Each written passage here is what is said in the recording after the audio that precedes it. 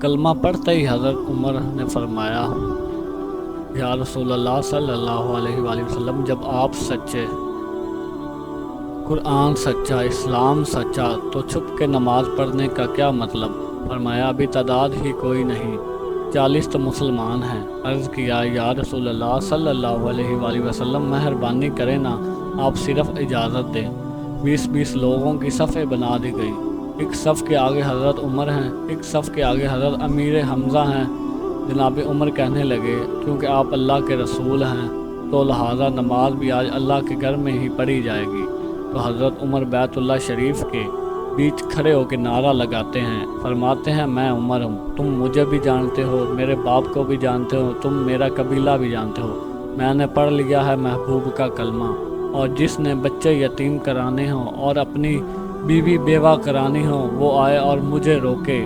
یہ محبوب اللہ کے ہیں اور گھر بھی اللہ کا ہے، تو آج نماز بھی اللہ کے گھر میں ہی پڑھی جائے گی۔